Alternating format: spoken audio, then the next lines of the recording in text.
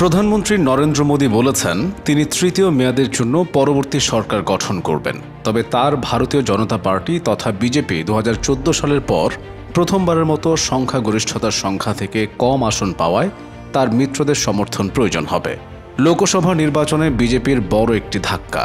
400 আসন পার করার স্বপ্ন দেখা দলটি সংসদের নিম্নকক্ষে 240টি আসন পেয়েছে। অন্যদিকে বিজেপির নেতৃত্বে ন্যাশনাল ডেমোক্রেটিক অ্যালায়েন্স এনডিএর দলগুলো 53টি আসন জিতেছে, যা একত্রে নিয়ে এনডিএর 293 আসনের শক্তি দিয়ে সরকার গঠন করবে বিজেপি। এনডিএ মিত্ররা, যাদের অনেকেরই ফ্লিপ ফ্লপের ইতিহাস রয়েছে, তারা বুধবার জোটের ডাকে একটি বৈঠকে পরবর্তী সরকারকে নেতৃত্ব দেওয়ার জন্য বিজেপি এবং মোদীকে সমর্থন করেছে। এরই মধ্য দিয়ে আনুষ্ঠানিকভাবে মোদী নেতৃত্বে সরকার গঠন করতে আর কোনো বাধা রইল না বিজেপির।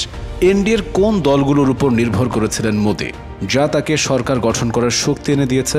জনতা দল ইউনাইটেড। 2024 সালের নির্বাচনে দলটি বিহারে 12টি আসন জিতেছে। 2019 সালের নির্বাচনের তুলনায় 4টি আসন কম। জনতা দল ইউনাইটেডের নেতা এবং বর্তমান বিহার রাজ্যের মুখ্যমন্ত্রী নীতিশ কুমারও কংগ্রেসের নেতৃত্বে থাকা ইন্ডিয়া জোটের অন্যতম প্রতিষ্ঠাতার নেতা ছিলেন, কিন্তু তার ফ্লিপ ফ্লপের ইতিহাস রয়েছে।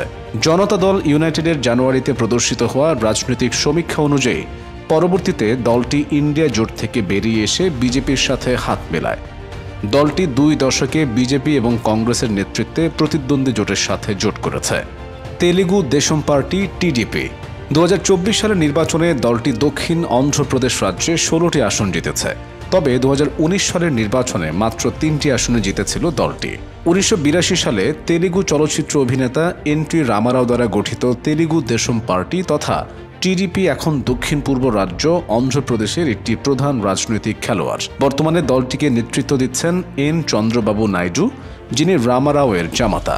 বুধবার নাইডু তৃতীয় মেয়াদের জন্য বিজেপিকে সমর্থন করার প্রতিশ্রুতি দিয়েছেন। শিবসেনা SHS। 2024 সালের নির্বাচনে দলটি মহারাষ্ট্রে 7টি আসন জিতেছে। মূল দল শিবসেনা থেকে কিছু বিধায়ক বিচ্ছিন্ন হয়ে 2022 সালে শিবসেনা SHS গঠন করেছিল। মহারাষ্ট্র রাজ্যের বর্তমান মুখ্যমন্ত্রী একনাথ শিন্ডে শিবসেনা SHS এর প্রধান।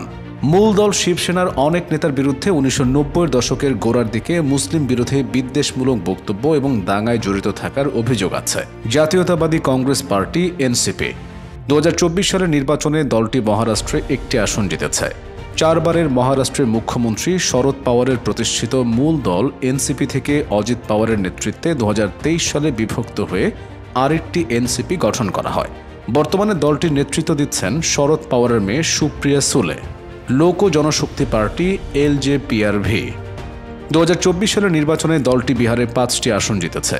মূল দল লোক জনশক্তি পার্টি তথা LJP থেকে বিচ্ছিন্ন হয়ে রামবিলাস পাসওয়ান দ্বারা প্রতিষ্ঠিত হয় লোক জনশক্তি পার্টি তথা LJPRV। বর্তমানে দলটির নেতৃত্ব দিচ্ছে রামবিলাস পাসওয়ানের ছেলে চিরাগ পাসওয়ান। বুধবার বৈঠকে এনডিএ জোটের এ সকল দলগুলোর সমর্থনেই বিজেপি সরকার গঠন করতে যাচ্ছে।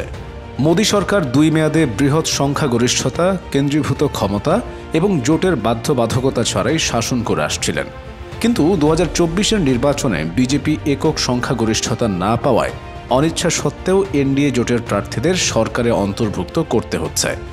বিশ্লেষকরা বলছেন, সে কি মানিয়ে নিতে পারবে?